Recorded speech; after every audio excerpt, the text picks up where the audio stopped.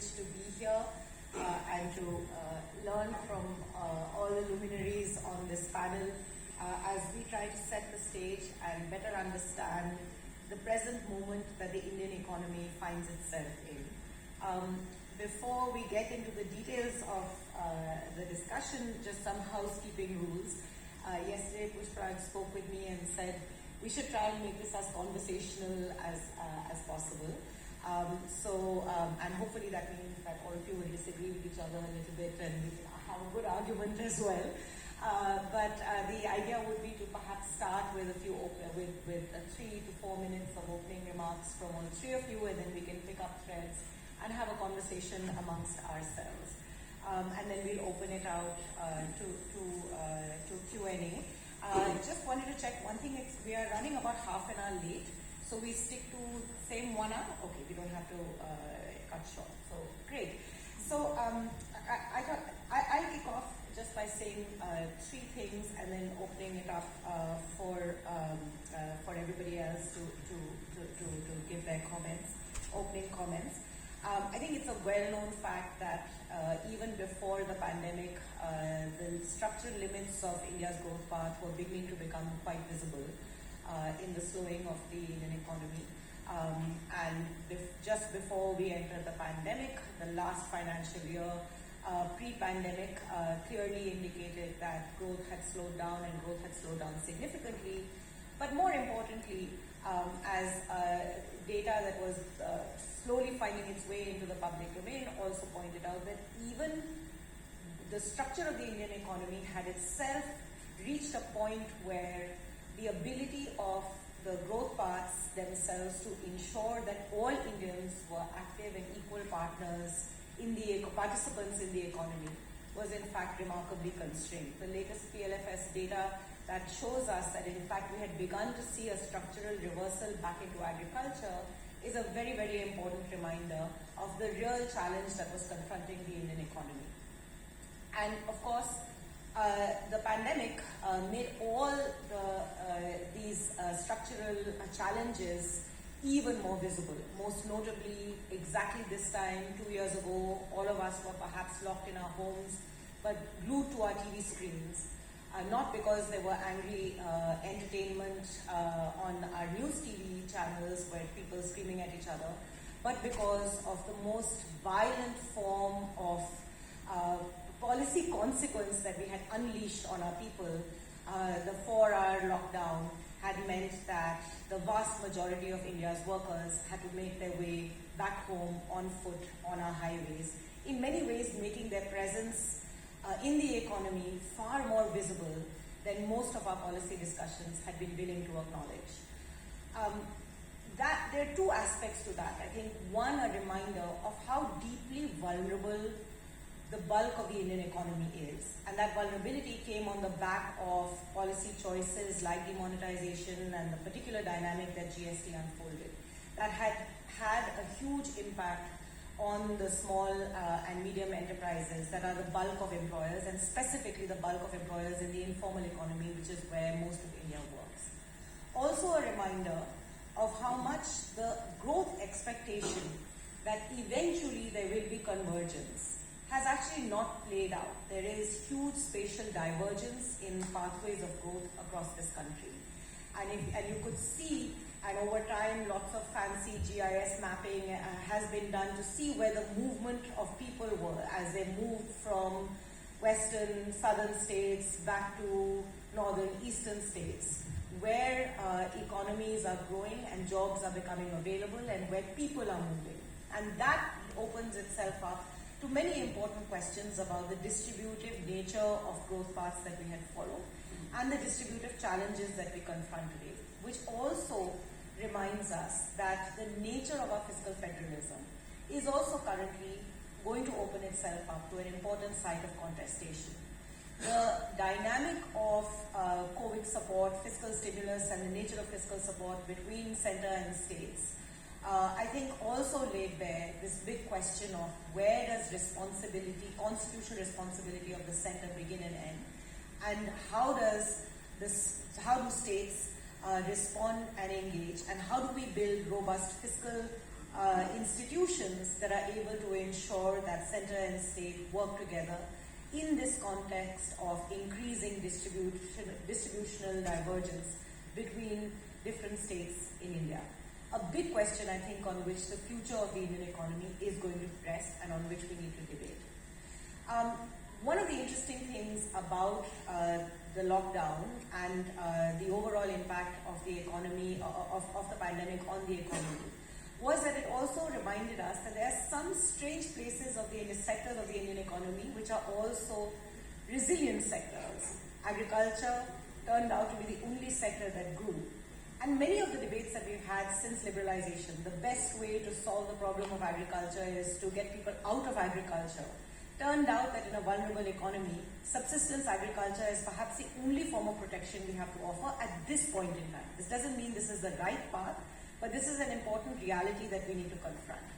And in the agitations that followed over the farm laws, apart from all the politics, I think the one critical question that it raises, at least for me, is whether or not we need to rethink pathways towards inducing deeper competition in markets, pathways towards building robust markets, inclusive markets, and more competitive markets.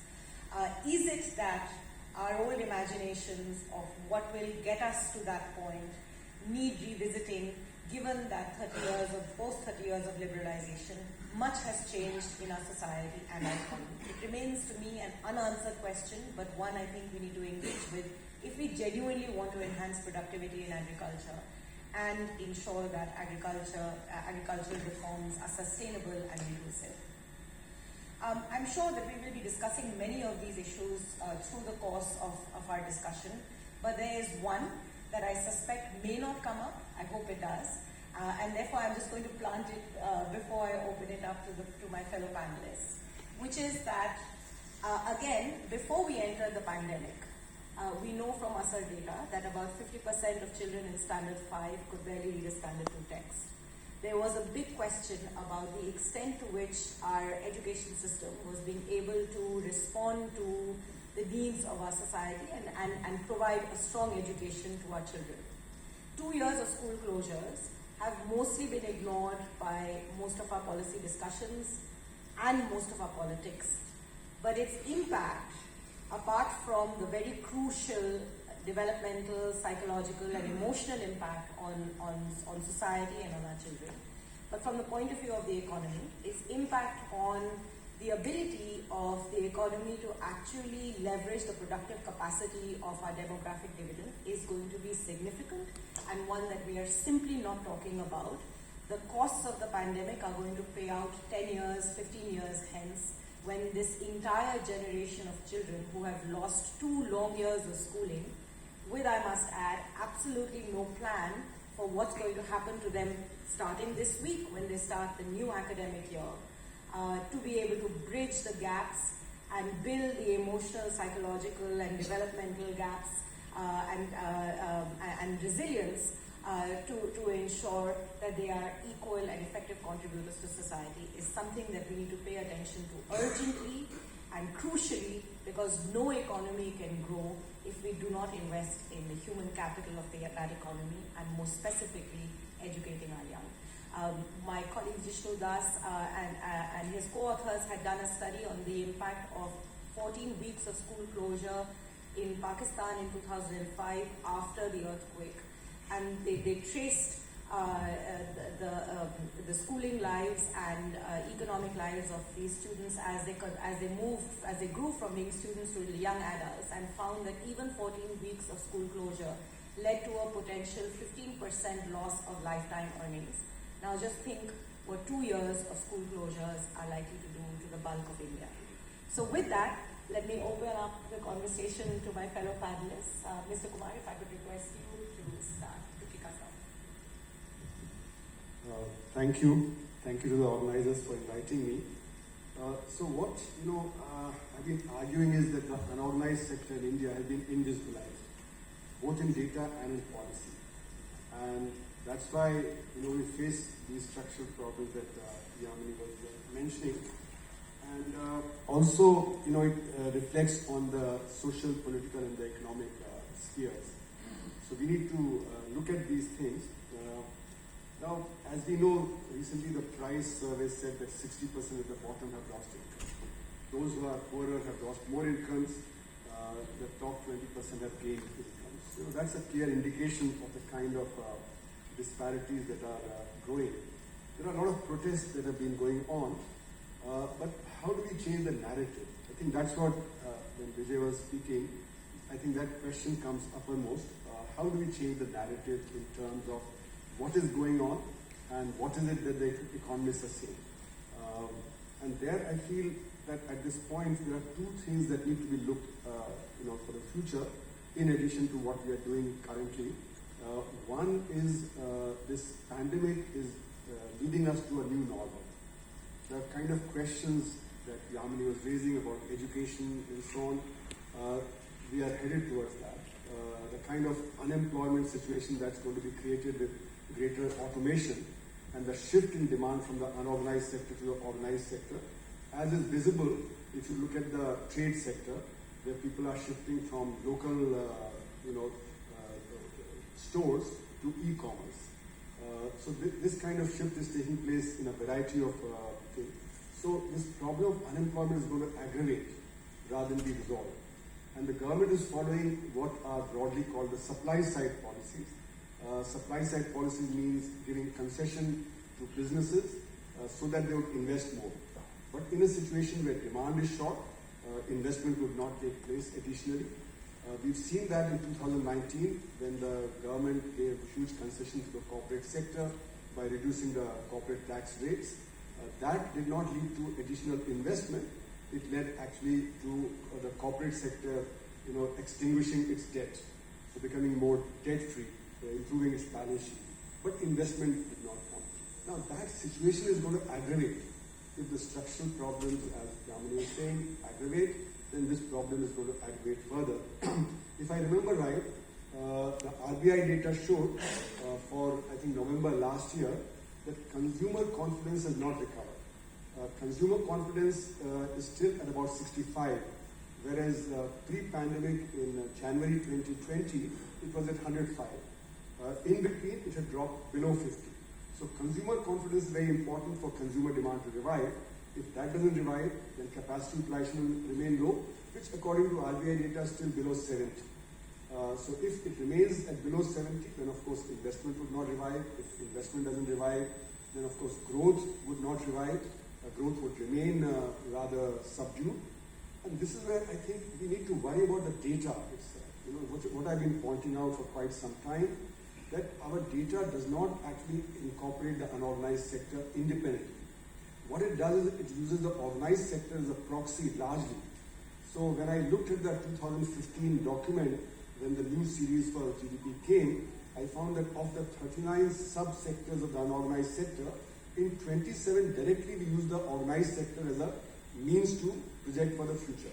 So you have reference years every 5 years in which you get the ratios, and then you project it using the organized sector, which implicitly implies that the unorganized sector is growing at the same rate as the organized sector, which was perhaps true, may not be true even then, but perhaps true before demonetization, but since then that's not true.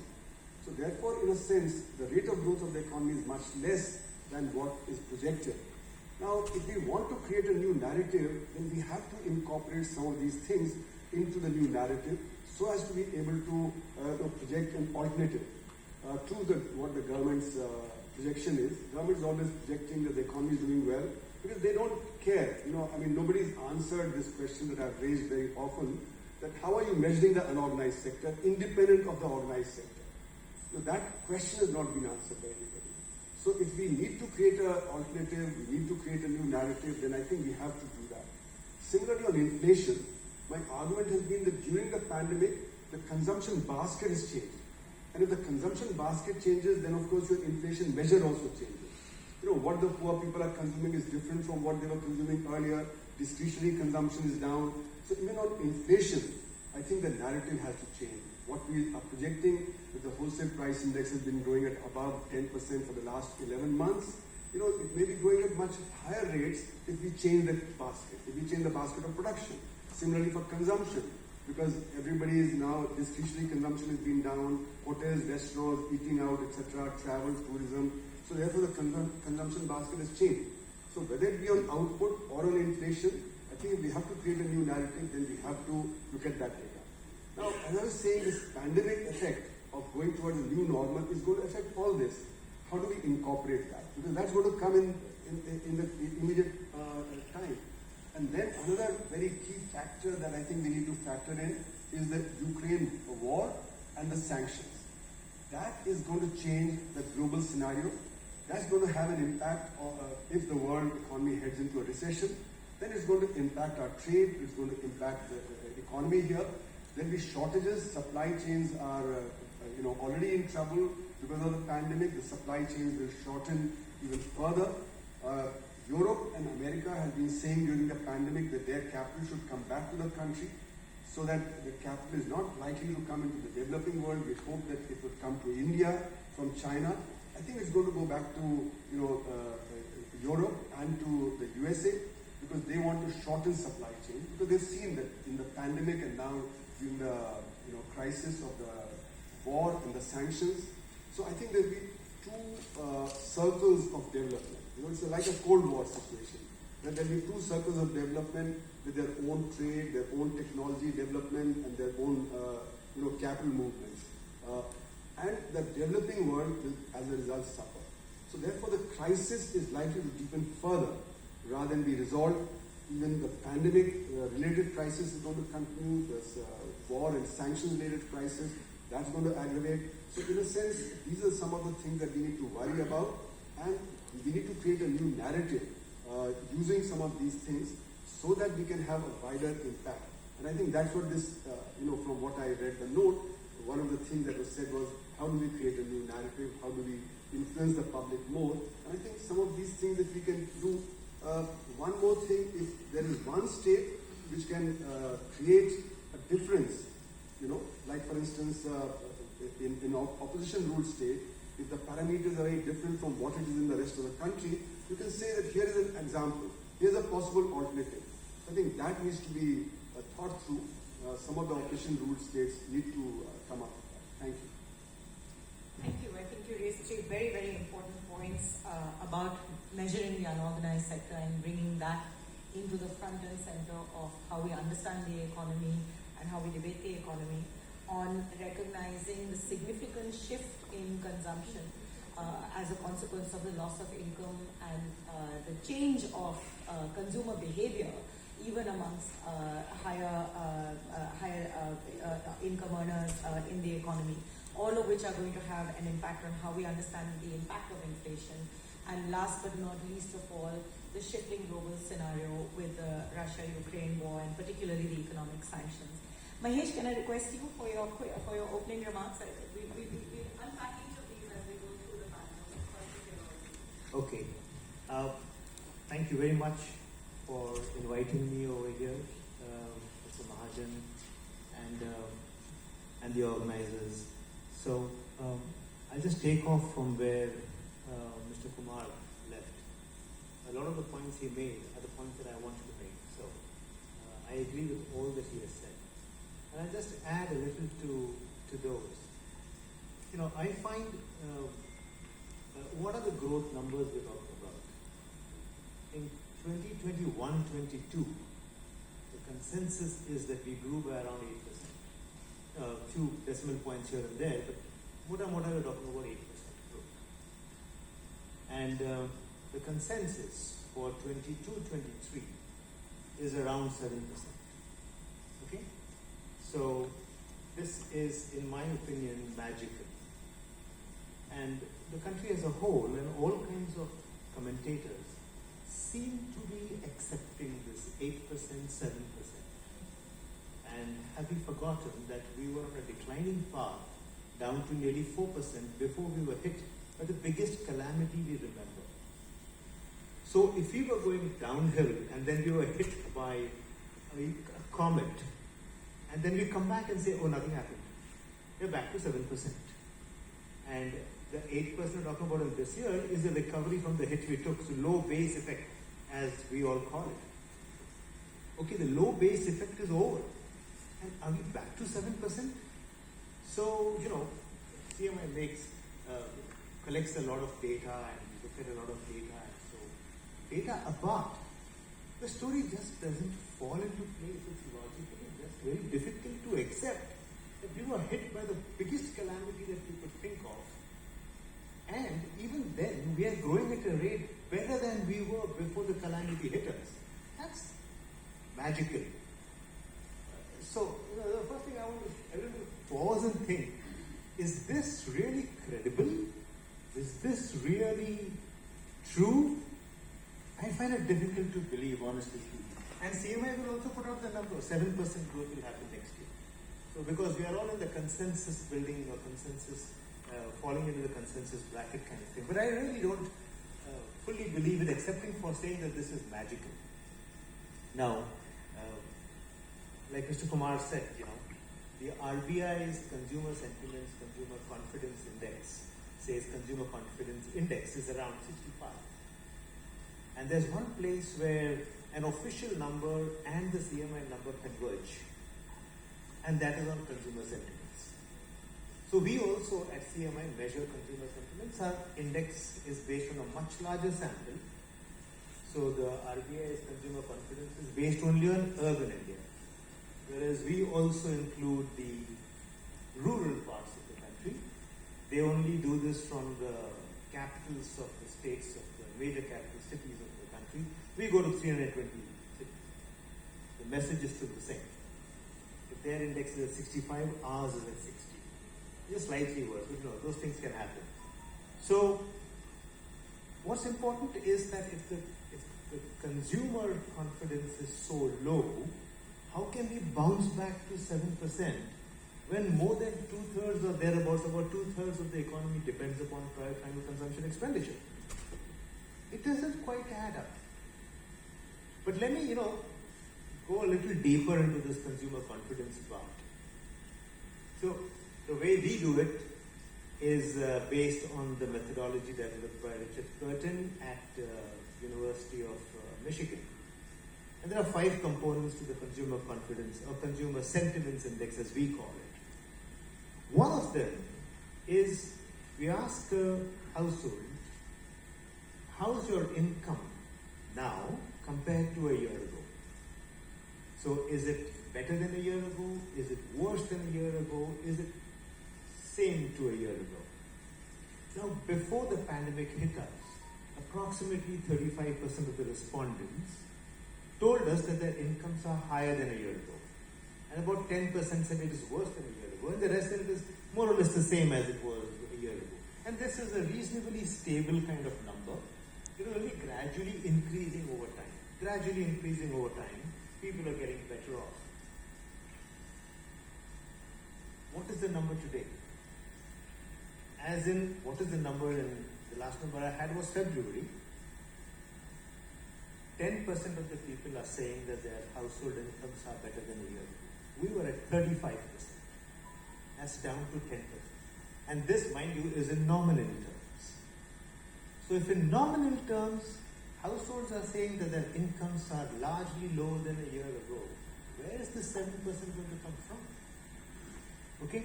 10% people said that their incomes are worse than a year ago, before the pandemic hit us. Today that number is 40%. 40% of the respondents from households are telling us that their incomes are worse than a year ago.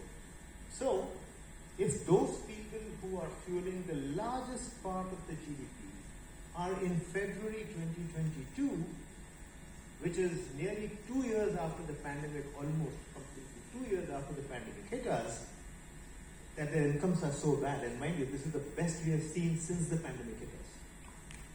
The proportion of households that said our incomes are better than a year ago was never 10% before February. It was worse. It's been growing from around 3%, going on 3% to 4%, and 5, 6, 7, 8, slowly grown up to become 10%. So if we are so bad off, and still so far from where we were before the pandemic hit us, where are we coming up with this 7% growth rate from for 22-23? But that's the magic that we are seeing. And like Mr. Kumar said, if consumer sentiments is so bad, then private final consumption expenditure cannot grow as it is assumed to grow for GDP to grow at 7%. And if it does not grow, then why will capacity utilization of the organized sector go up from the 70 odd percent it is right now? It's less than 70%, according to the RBI's OBICUS. It's their survey which is telling us that capacity utilization is as low as 70% or so. If that doesn't go up, I mean, we have seen the history to see that if the capacity utilization number does not reach over 80%, industries are not enthused to invest. So, it's a long haul to reach 80% and therefore investments will not happen for a long time to come.